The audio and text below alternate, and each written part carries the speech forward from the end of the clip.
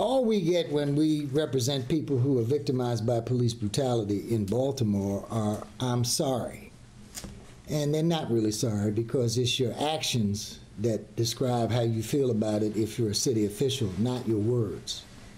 So we're tired of the words, and we want to see action. We want to see fair compensation for victims of police brutality. And we want to see a fair response with an impartial investigation, not the cops investigating themselves. That's a lawyer for the family of the Baltimore man who died yesterday, 1 week after allegedly suffering severe spinal injuries while he was in police custody. Part of the incident was caught on a cell phone video released by the family's attorney, and the 25-year-old Freddie Gray is seen talking and barely able to walk as officers put him inside a van. Police say they arrested him after he fled from an area known for drug dealing, and a couple of blocks later the van stopped, and a witness says Gray was taken out and put on the pavement, where police then shackled his ankles. Now the question is what happened when the cameras were not rolling. The family's attorney says his spine was 80% severed at the neck. They lapsed into a coma twice before dying yesterday. With us now, we've got Mayor Stephanie Rawlings-Blake of Baltimore. Thank you for being with us, Mayor. And Mark Halprin of Bloomberg has the first question. Mark. Mayor, let's start with the issue of cameras. As I understand it, you've not always been a supporter of having cameras, body cameras on your force. Why not? And should that happen now in the wake of this? Well, I think you have absolutely incorrect information. I've been a proponent of body cameras. I've talked about it on this show. I've been a proponent of, however, of getting it right. We've seen in other jurisdictions around the country where there's been a rush to implementation, and it has cost taxpayers millions of dollars. We don't have that type of money to waste, and we don't have, this is not an issue where we can afford to get it wrong. My commitment has always been to make sure that we get body cameras, police body cameras, right for Baltimore. That has always been my position. Mayor, with all due respect, I understand you support it in the abstract, but it's not been implemented yet. I understand it's got to be studied. But again, in the wake of this... No, it's not a study. We have a study. The RFP is about to go out for the body cameras, and we'll implement the pilot program this week. So with all due respect, my track record is clear. How long will officers have body cameras, all officers in your jurisdiction of your city? Again, my track record is very clear. We studied it so we could put out an RFP that works for Baltimore.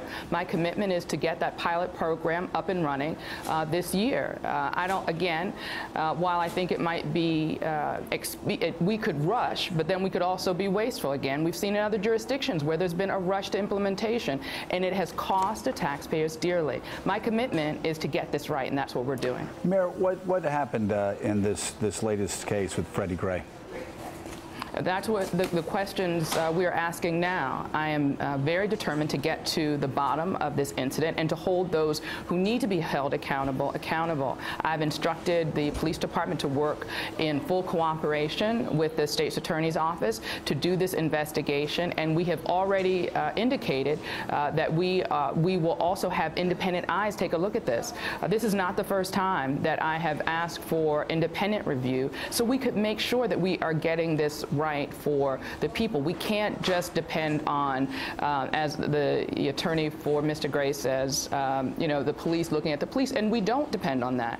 I have repeatedly asked for outside eyes to take a look at how we do things, including fighting for the Department of Justice to partner with us, to come in, to collaborate, to take a look at our policies, our procedures, the way we engage, so we can make sure that we're getting it right for the public. Have you spoken to the dead man's family, Mr. Gray's family? I have not directly spoken to them. Many people from my administration have, and we have a meeting that we are in the process of setting up a meeting with the family. Have you spoken Again, this is just, understand that this, it's happened fast. It just happened yesterday. Totally understand. I was just checking. Have you had a chance to speak to the police chief yet and ask him what happened, or ask her what happened? It's him. I've talked to Commissioner Batts. I've talked to his team. The investigation is still ongoing. That's why we have to be so careful, because I understand the obligation, and I believe in that responsibility for transparency. But I also have an obligation to make sure that this investigation is done right. I don't want to be in a position where we have officers, because of information that is prematurely put out to the public, they have a chance to then fix their account to what they've seen in the public. We have to protect this investigation so we can hold those who need to be held accountable. So we're talking about a severed spine here. It could have happened one of many ways, and that was what the family said. Have you heard any suggestion that the police officers had the suspect in a chokehold or did anything that may have led to a severed spine? We don't have any of those. I have not heard any of those details, and that's why I said we are still in the investigation stages. But nothing like you've mentioned has been mentioned. So we found this after the Eric Gardner case that a chokehold was used. It's illegal in New York. Is it illegal in Baltimore? I believe so, but I don't even know that that's what we're talking about here. That's why it's important not to speculate. It's, we're focused on making sure that we get the information. And I'm really working hard to overcome this very challenged history that we have in Baltimore with the trust issues between the community and the police. I fought, the session just ended in Annapolis, our legislative session. I went down there and fought hard and stood up to very powerful public safety lobby to try to level the playing field when officers are accused of wrongdoing. I'm not a leader who sits back and tries to brush things under the carpet or kick the can down the road. I'm on the forefront. We've been out. We've been fighting for more transparency. We have police settlements against the police department now online. Like I said, I fought for stronger, tougher laws against officers accused of wrongdoing.